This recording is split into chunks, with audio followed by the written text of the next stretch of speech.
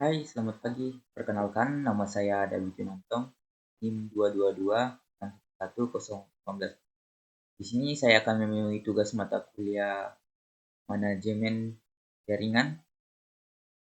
Nah, di sini saya membuat perancangan topologi jaringan yang terdiri dari ruangan 1, ruangan 2, dan ruangan 3.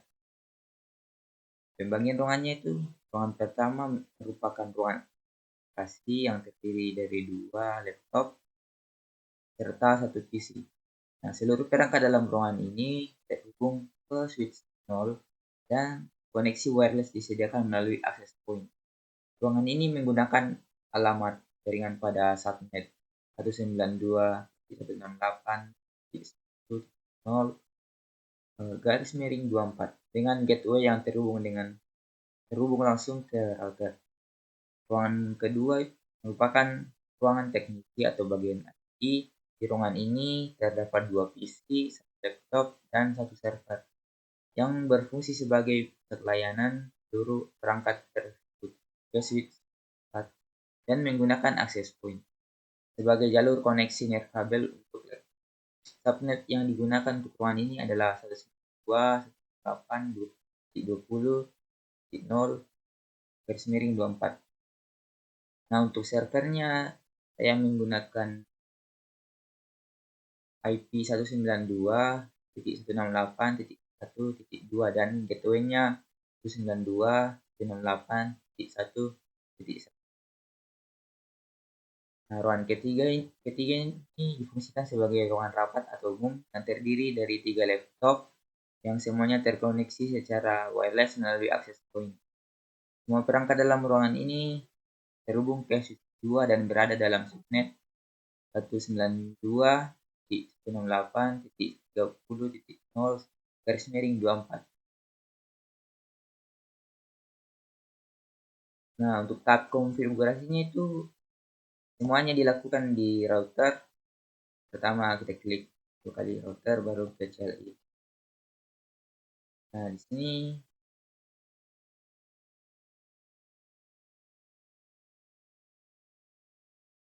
pertama router diaktifkan dengan perintah enable, masuk ke konfigurasi menggunakan configurate terminal. Mode ini memungkinkan kita mengkonfigurasi pada router sesuai kebutuhan jaringan. Setelah itu dibuat 3 DHCP pool yang berbeda, yaitu LAN 1, LAN 2, dan LAN 3 untuk melayani 3 subnet berbeda, yaitu IP yang saya telah sebutkan tadi dari kecilnya pada masing-masing pool. Diatur jaringan yang dilayani network, alamat gateway default, dan server DNS yang diberikan ke perangkat klien secara otomatis atau DHCP. Selanjutnya dilakukan pengecualian terhadap rentang alamat IP dari 1 sampai 10 pada setiap subnet menggunakan perintah IP DHCP excluded address. Tujuannya adalah agar alamat IP dalam rentang tersebut tidak diberikan secara otomatis oleh DHCP sehingga alamat-alamat ini dapat digunakan secara statis untuk perangkat penting seperti gateway server atau perangkat jaringan lainnya tanpa risiko konflik IP. Kemudian, setiap interface fisik pada router yaitu faster 0, faster 2.0, dan faster 3.0 dikonfigurasikan dengan alamat IP statis yang sesuai dengan subnet masing-masing. Alamat IP ini berfungsi sebagai gateway bagi perangkat yang terhubung di subnet tersebut.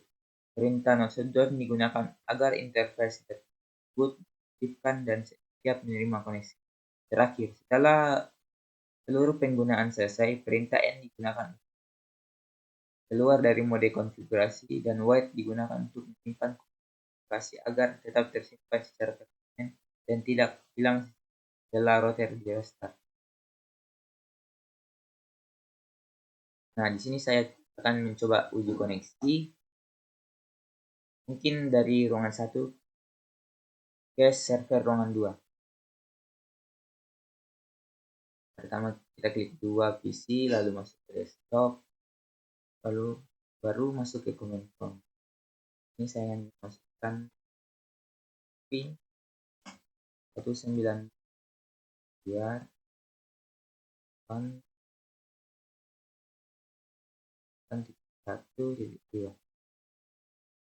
Ini mengarah ke server. Kita tunggu sebentar.